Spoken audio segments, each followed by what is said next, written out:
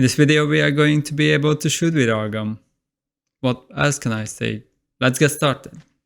Oh, and we are going to have haptic feedback as well. So we are going to start with a simple one. We are going to add haptic feedback to our controllers. And with the XR interaction toolkit, it's quite easy to do. We only have to go to the XR origin, select the left and right hand controller, and at the direct interactor, open the haptic events, and based on when you want the haptic events to happen, just tick the event when you want it. So in my case, I'm going to use the onSelect entered, and here you can set the haptic intensity and the duration. So I'm going to set the haptic intensity to all the way up to 1, and the duration I'm going to set 0.08 seconds. Then start play mode and let's try it. So now if I pick up an object, I'm gonna feel the haptic feedback, and yeah, I do. And of course you can play with these settings and get what's the best for you. Okay, next we are going to do a bullet, and we will be able to shoot with our gun. So to do that, just go to the hierarchy, right click, 3D object, and I'm going to create a sphere. I'm going to reset its transform and change the scale to 0.05. Now I'm going to create a material. So first I'm going to create a folder, material, and here I'm going to create a material and call it bullet. Yeah, I'm just gonna change the color to red, and I'm going to apply it to the bullet. I'm going to rename it to bullet as well, and back to the assets folder, and I'm going to create a prefab folder. Okay, I'm just going to drag the bullet to this folder, and now I can delete it from the hierarchy. Okay, so to be able to shoot, we need to add a grip to our pistol. So what we are going to do, when we grab the pistol and we pull the trigger on the controller, actually we are firing an event, which is the activate event. If you remember, in my previous video, we checked out the bindings of this new input system. So we are going to fire an activate event. So here we are going to call that function. Of course, we need a C# script for it, so just create one. So I'm just going to create a fire script. And if I open the fire script, we are going to need a reference to our bullet object. So I'm just going to create a serialized field private game object. I'm going to call it bullet. And if we go back to Unity, now we see an empty field. So I'm just going to drag the bullet prefab to the bullet field. Okay. In the C# script, I'm going to create a public function, so our XRGrab interactable script can access it. So let's create a public void. I'm going to call it fireBullet. And in here, first I'm just going to instantiate the bullet. So as you can see in the instantiate function, we are going to need an object, what we are going to instantiate, a vector-free position, so where we're going to instantiate, and also a rotation, a quaternion rotation, which means what rotation we want it to be instantiated. So to have this position and rotation, we are going to need a spawn point. So go back to Unity and open up the pistol. And if we open it up, we just need to create an empty object. Set it to local.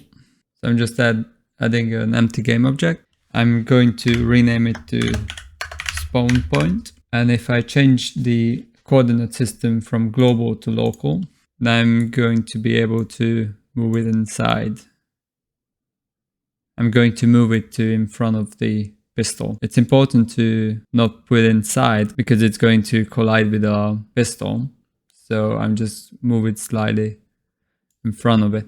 Okay, now we got the spawn point. So I'm just going back to the script, and I'm going to create a reference for it. So again, serialize field, private, and this time it's going to be transform.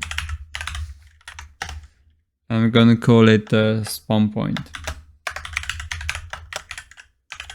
So in the instantiate function, now we can add the bullet.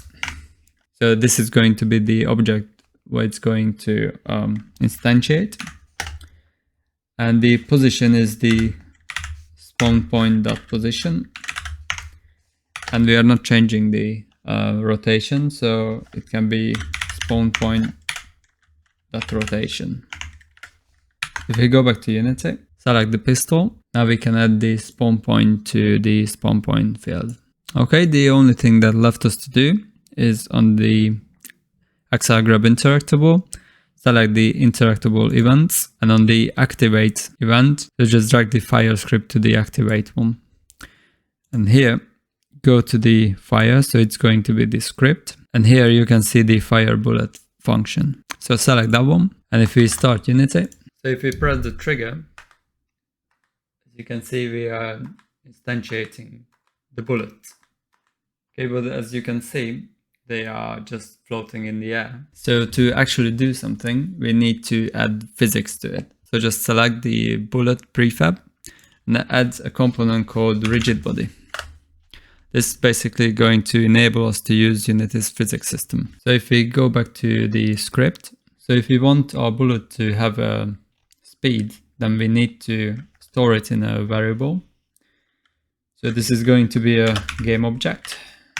I'm going to call spawned bullet. So now we will be able to reference its components. So if we get the rigid body, then we can add speed to it. So let's do that. So start spawn bullets dot get component, and we're going to have the rigid body component dot velocity, and here we need to specify a direction and a speed variable. So the directions will be the spawn point, the forward. This is going to be the z-axis, and we need to multiply it by bullet speed. So I'm just going to call it bullet speed, and I'm also create a variable for it. So serialize field, private. It's going to be a float value, and I'm just going to copy and paste it. At first, I'm going to set it to 10, and we can adjust it in the inspector. So let's go back to Unity. And here we have the bullet speed, the bullet and the spawn point all set up.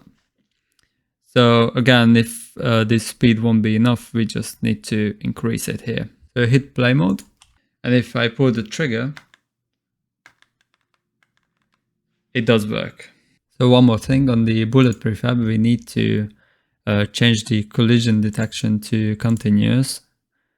This is because it's a fast moving object, and this will improve the detection of the bullet when it goes to, for example, to the crane and bumps into it. And it will reduce the number of issues when it just goes through the crane without colliding with it. So one more thing. So in our script, there's one more thing we should do is we need to destroy our instantiated bullets after, let's say, 5 seconds. So to do that, just call a destroy function. We are going to destroy the spawn bullet and let's say 5 seconds after it's instantiated. Okay, just start play mode and let's see. If I fire a bullet, then after 5 seconds it should be destroyed. Yeah, and it's gone. So one last thing for this video. If we grab an object with one hand, it's perfectly fine, but if you grab it with the other, the position is off. This is because on each object we need to attach transform for each of our hands. So to do that, we would need to attach transform here, and we should be able to tell which hand is actually grabbing this object. Luckily, we have a way to do that. So I'm just going to create a new script called fixed XR grab interactable. Let's create that script and open it up. So we need to use the XR interaction toolkit in here. So using Unity engine.xr.interaction.toolkit. And here, if we change this from mono behavior to XR grab interactable, then we will be able to override some of its functions. So I'm going to override the onSelect entered. And here, this space is basically mean if we change anything here after that runs, it's going to continue the rest of the function. So here we are going to need two variables for each attach transform. So I'm going to create a serialized field private transform. So I'm going to call it left hand attach transform. And I'm just going to copy and paste it and rename it to right hand attach transform. Okay, let's go back to Unity. And we are going to differentiate our hands by using tags. So let's create two tags. One's going to be the left hand. And I'm going to name the other one right hand. So back to the left hand controller, I'm set it to left hand, and on the right hand controller, set it to right hand. So back in the script, if we grab it with the hand with the left hand tag, then we are going to use the left hand attach transform, and with the right hand tag, we are going to use the right hand attach transform. So we are going to need an if statement. So let's start with args.interactor object .transform .compare tag, and if it's left hand, then we are going to set the attach transform to the left hand attach transform. Attach transform equals left hand attach transform, and if the args.interactor object .transform.compare tag is right hand, then we are going to set the attach transform to the right hand attach transform. And after this check, the whole function is going to work as before. So let's go back to Unity. So on the pistol, we just have to delete the XR grab interactable because we already have this fixed XR grab interactable. Again, we have to select the interaction manager. And down here, you can see the left hand attach transform and the right hand attach transform. So in my case, the attach transform is set to my right hand. So I'm just going to rename it to right hand attach transform. I'm going to duplicate it and I'm going to call it left hand attach transform. And what I'm going to do is based on my previous video. If you haven't seen that, check it out. I'm just going to select the pistol, enable the dynamic attach and start play mode.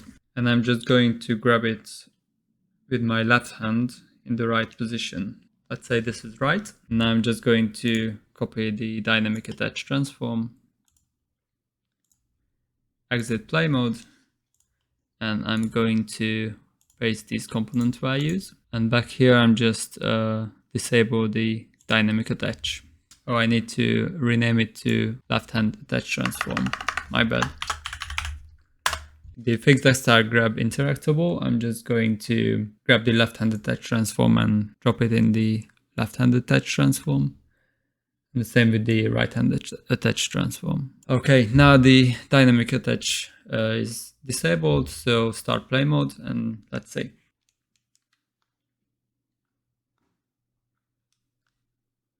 So as you can see, it doesn't work, and it's because I misspelled the right hand. And this is exactly the reason why we need to be careful with strings. So I'm just going to untag it, and the tag, I'm just going to delete it and add a new one called right hand.